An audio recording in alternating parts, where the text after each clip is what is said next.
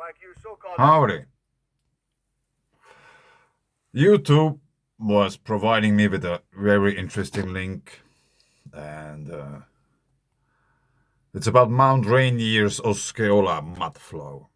Let's have a quick listen. I made a little screen recording, and let's continue from that.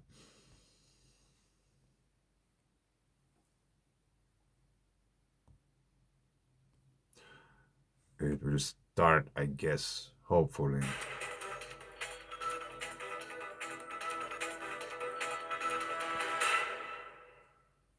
So Mount Rainier is a volcano. Is that true? Yes, sir, it's true. I keep hearing it's an active volcano, like you so-called experts keep telling me that this is an active volcano. Is that true? Yes, sir, it is an active volcano. Well, I don't believe it. I don't buy it. I've lived here my whole life, and I don't believe that Mount Rainier is an active volcano. Okay, sir, what's your line of thinking here? Let's hear you out. Well, I've been up on Rainier with my family. There's a bunch of snow up there. There's glacial ice up there. You know, if this is an active volcano, you'd think that ice would have gone away long ago. So, why is there ice there if this is such an active volcano? Shouldn't there be magma inside of the mountain? Oh, okay. Well, I can get into it, but I'm interested. What else do you have to say? Well, you know, I live in Enumclaw, and I'm going to have my 76th birthday here coming up in August, and I do my dishes every night, and I look out my kitchen window at the mountain there, Rainier, and I've never seen even a hint of steam come out of that mountain in 76 years.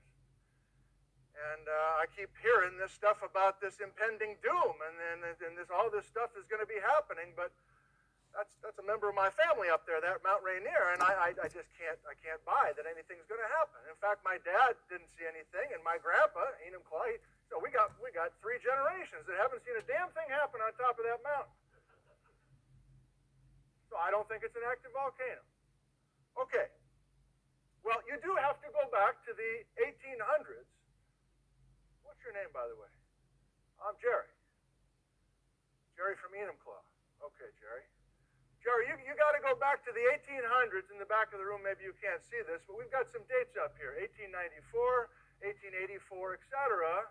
A bunch of eyewitness accounts of Mount Rainier doing little puffs of steam. Not eruptions, just little action up there at the summit craters. That's what this is. This is my artist rendition of little puffs of steam, little fumaroles. Thank you, thank you. So we've got what? 8 of these little eyewitness accounts scattered in newspapers. These are early settlers coming in, and of course there's oral traditions of the mountain being very active. But we have to go back to 1820 to get the most recent actual ash deposit from Mount Rainier. And this is long before Jerry and his grandparents and his parents seeing the mountain do something. Now, I could take an approach with Jerry and I could say, look, Mount Rainier is definitely an active volcano. We have a Cascade Volcano Observatory. We have a team of geologists who go up to this mountain regularly, and they're monitoring the mountain. And we have technology now. We have instrumentation. We have tilt meters that measure the slopes of the mountain, and those things are changing. We have seismic stations that are recording earthquakes, and there's a signature of those earthquakes that tell us that magma is moving on occasion in the mountain, below the mountain. Seismic noise, essentially, showing the magma moving. There's changing heat. There's heat flow measurements that change. There's gases that are changing and volumes of gases, et cetera, et cetera, et cetera. But with Jerry, I don't know if that would really resonate. And really, this is 2 questions, isn't it? Is Mount Rainier a volcano, meaning has it ever erupted in the past? That's one discussion. I'm not sure where Jerry stands on that. And number 2 is, are we really talking about this happening again in the future? Calling it the Osceola. I can't reprogram myself now. Okay? So 5,600 years ago, 5,600 years ago is the precise date for this Osceola mudflow. There are 55 of these, but this is the granddaddy. This is the one that dwarfs the others as far as thick. All right. He doesn't believe that Mount Rainier is a volcano because there is a glacier. Even though there has been reported not too long ago in the past that there has been some puffs and something really big happened approximately 6,000 years ago. So we have cycles here, 12,000 year cycles, 6,000 year cycles, quarter harmonics. So if this other man we just saw before has been saying 5,600 years ago, it would be quite close to the 6,000 half cycle. Which might be no coincidence since we are talking about water. I guess everybody knows why Noah built a boat in the first place. So now let's hop over quickly to the earthquake map. These are earthquakes from the last week. And I focus now a bit on the Alps because there we have glaciers. We also have quakes. Here, for example, there's quite something going on earthquake-wise. 2 hours ago? 8 hours ago. Really? Are you kidding me? I thought they are gathered from 1 week, but obviously this is going on right now. 10 kilometers in depth. I don't rely on 10 kilometers. 11. 11. 12. So this 10 kilometers might be after all something. Because there are many of those which are 15. 13. Yeah, okay, let's take this. We don't have a glacier here, I guess. Do we? We are too far south. It's too warm for glaciers to build. But let's see. Let's put on terrain. Does it load? Yeah, maybe. Yeah, it seems to be really steep. The lines of the map are really close together, and also the road doesn't go straight, serpentine-wise like. So now let's have a look at the landscape.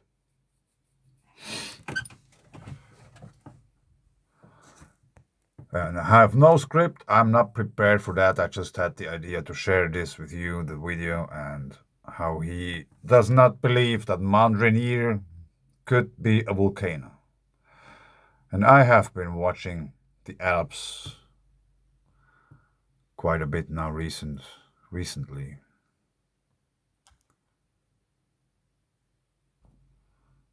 And I was hitting a wrong button, so we are back again where we started.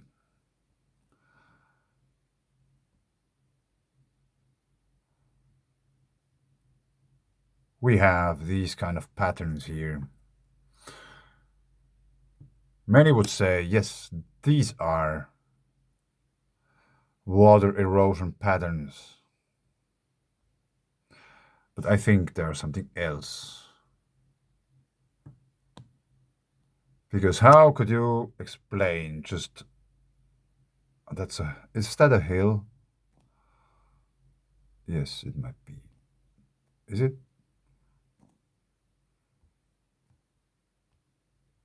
Why isn't that on the map? It is a valley.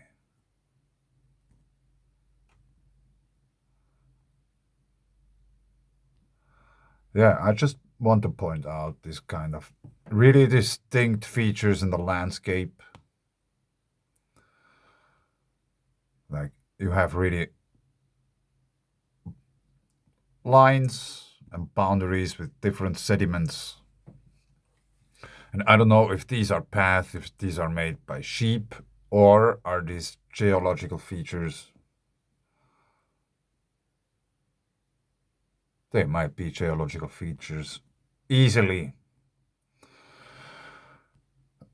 And we just want to watch out for some rock formation or rock formations which have the appearance of being liquid once. And this somehow looks like, but that's not a good region to show what I wanted to show you. But anyway, we have an earthquake swarm near Castello. Accidentally discovered. I am searching for Albertville, where we had also quite some earthquake activity. 5 days ago, 17 kilometers in depth. And the region beside it, Le Gros Mont. Here's what I'm talking about. Water veins wherever you go. So I guess the water has been a big part in the creation of these mountains, and it is still a part of these mountains. They are still active because there's water pouring out. And if it's warm enough, the water stays liquid. And if we are in regions with permafrost, either if you go north or upwards, it's going to be cold. So you won't get any liquid water, really. You will get a glacier.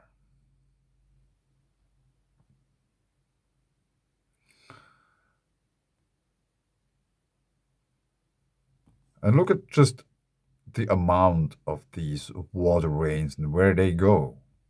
They go all the way up to the top of the hill.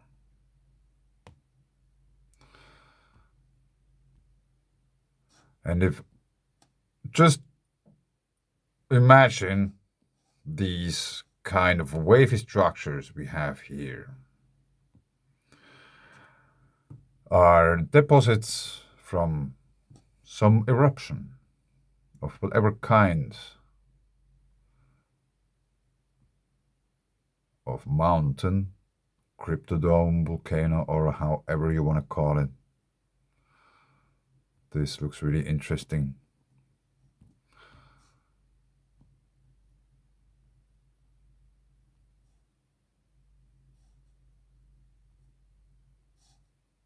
There might have been once something they're pouring out of those.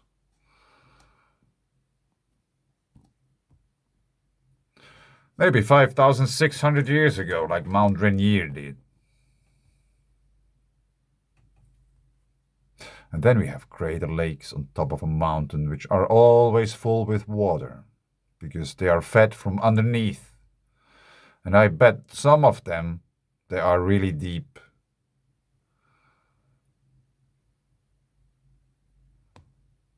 And also here you can see sedimentary deposits.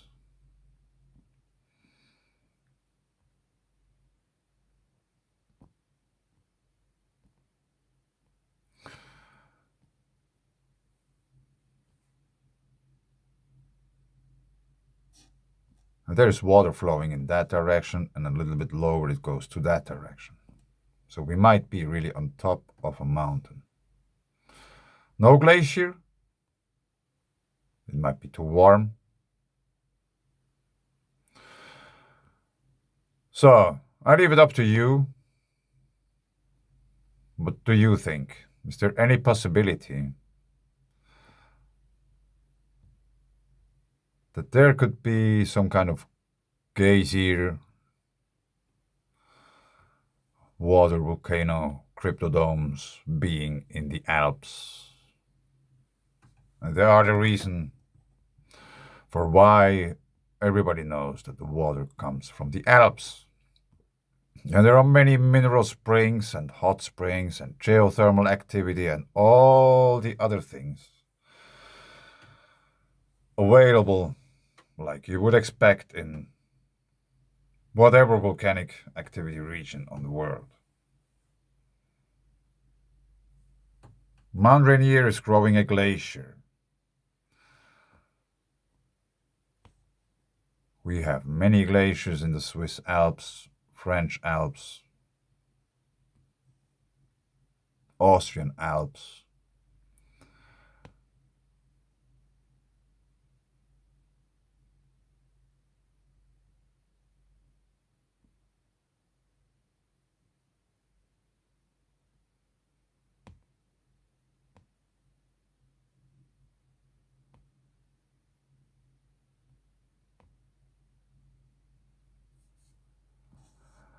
Yes, I think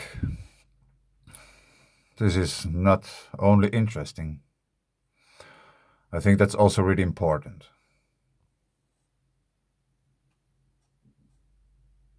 Because for those who don't know,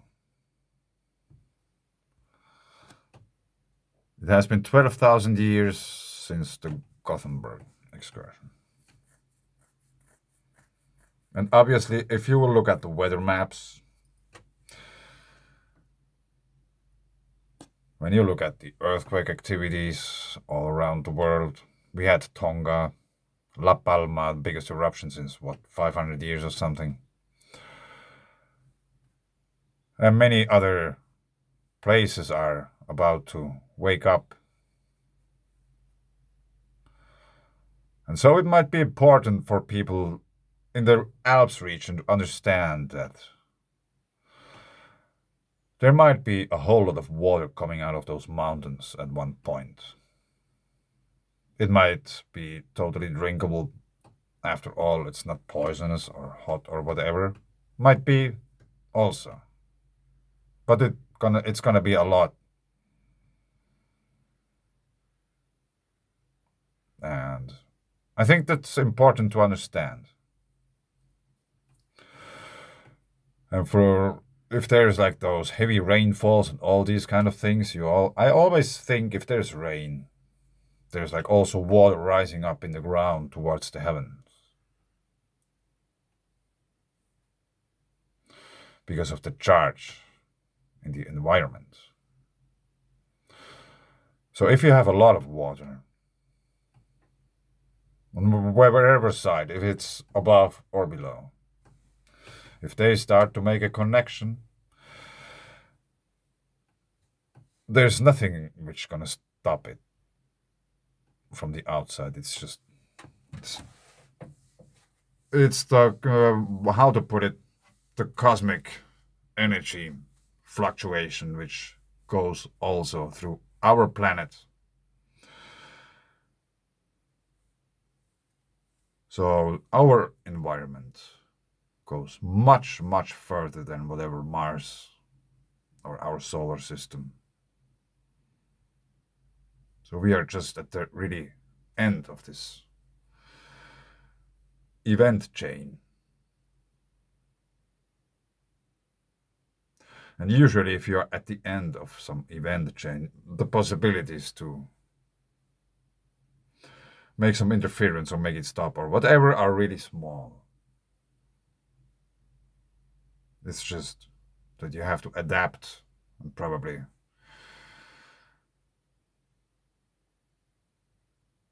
set your mind according to the situation. It's never too late to learn. But I will suggest you to gather information from the internet as long as we still have internet. Because I don't think that we're gonna have internet in 10 years.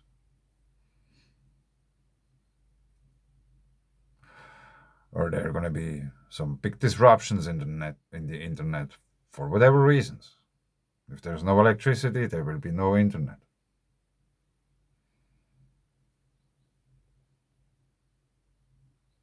So it's up to you. 5,600 years ago, he says. Half cycle. What to do? Water, mud flows, and these kind of things. Rhyolithic lava, glaciers. geothermal activity. Deep quakes in the Alps, they all fit really neatly together. And these are just observations.